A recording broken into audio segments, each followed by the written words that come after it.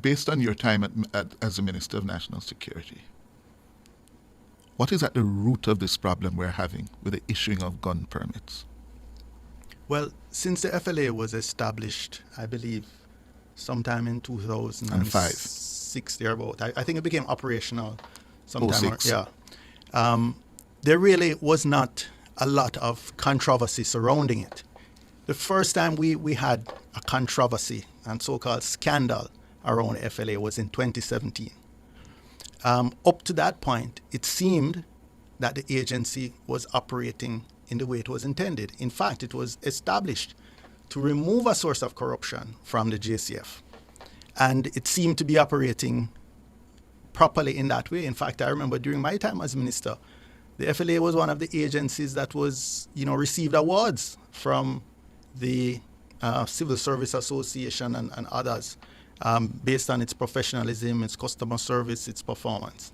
So all of this really didn't arise until the current administration packed the board and the management with political activists. And that's when, all these cases and the whole reputation of the FLA has been, tainted. So it's because of the political activists on the board, you're saying? Is that the root of it? On the board and in the management. As? What do you mean?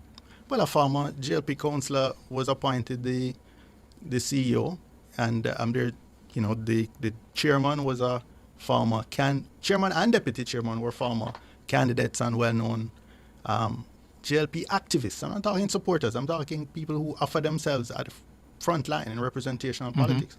Mm-hmm. And if we get rid of the political activists, you're saying the problem would be solved. Is that a logical conclusion I must draw? I'm saying that I don't see anything fundamentally flawed in the institutional arrangements. Mm-hmm. Obviously, with experience, you can always tighten, amend, if you see unintended consequences. But institutions are run by individuals. And if you have the wrong individuals there, you're going to get bad decisions being made. Mm-hmm. And in some cases, even corrupt decisions. So, to my mind, it's not the concept of the FLA or how it was structured. That is the issue. The issue is getting the right people to run it. But it's not entirely accurate to say the problem started in 2017, though, Mr. Bunting. It started from 2014, before. Well, that's your opinion. I don't agree with you. Oh, all right. But this issue of the power of the minister, the discretionary power of the minister, if you have, as you have said, professional, able-bodied men and women of good character, thinking, thought, yes, making the decision, why should you continue to have that discretionary power? Quite frankly, Cliff, I don't think the minister needs to have it. I didn't pilot that bill through Parliament that established the FLA. But in hindsight, I can tell you it would have made my life much easier if the minister had no role in it.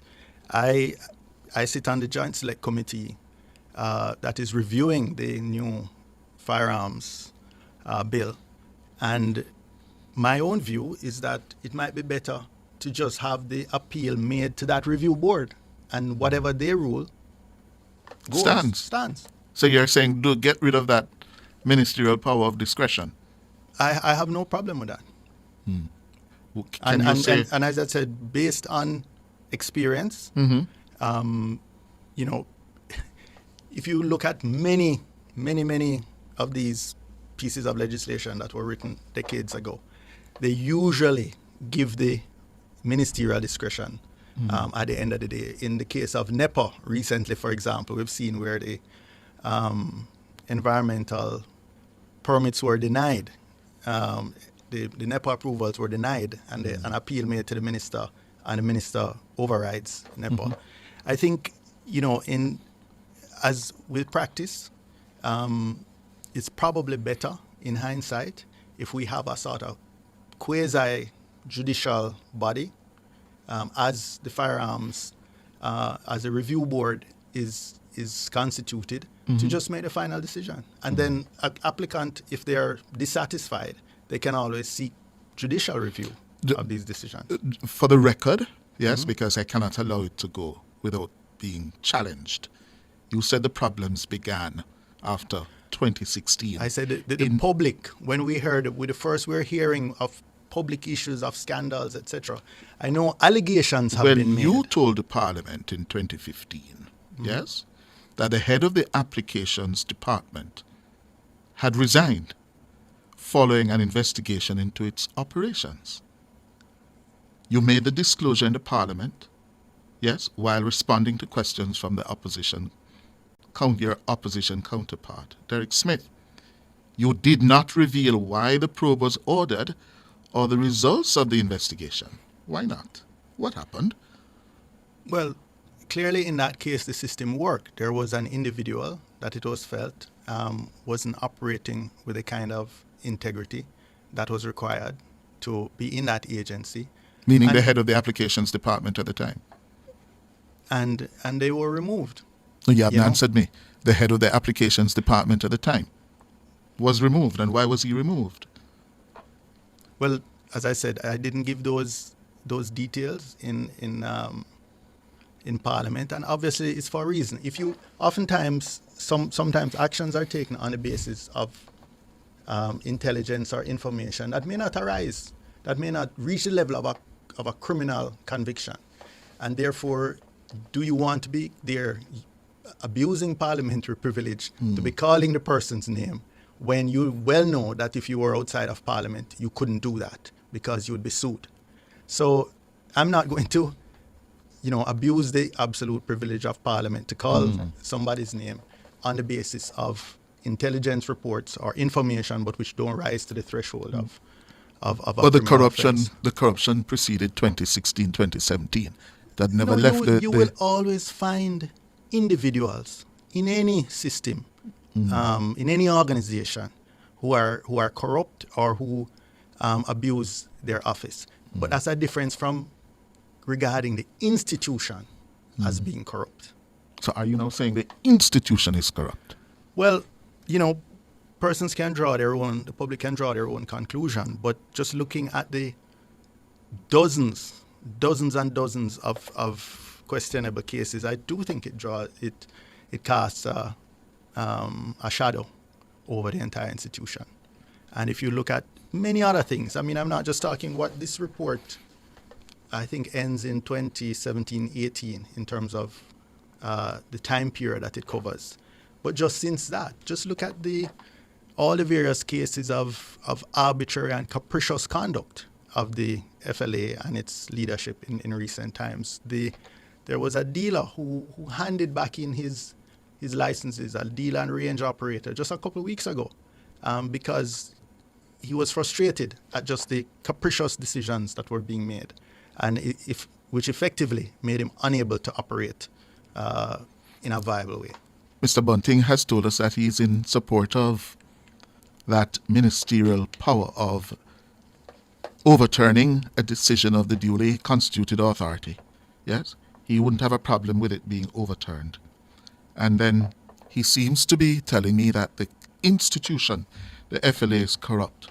But then he's backed away from that and say, given what we have learned from the various reports and this report now, there's a shadow over the entire institution, which suggests a nuanced difference, Mr. Bunting, between your assertion that it was institutionally corrupt, right? I'm always careful of broad brushing an entire institution.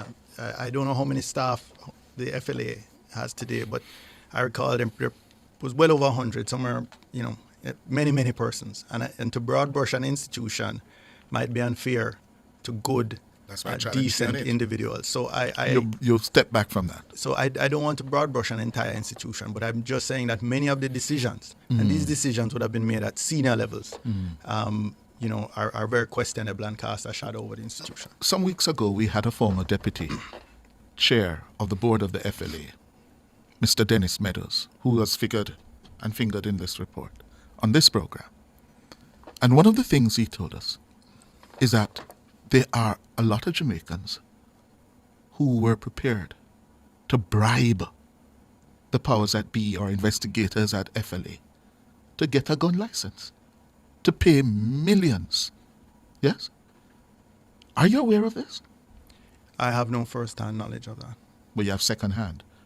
I hear talk, but until I have evidence before me, until some investigative body or so, until I have that, it's really just hearsay. And you've never been offered a bribe. Absolutely not. People know me, Cliff. People would know who to bring those things to. Now, your party is standing by you. Your party leader is standing by you. Yes?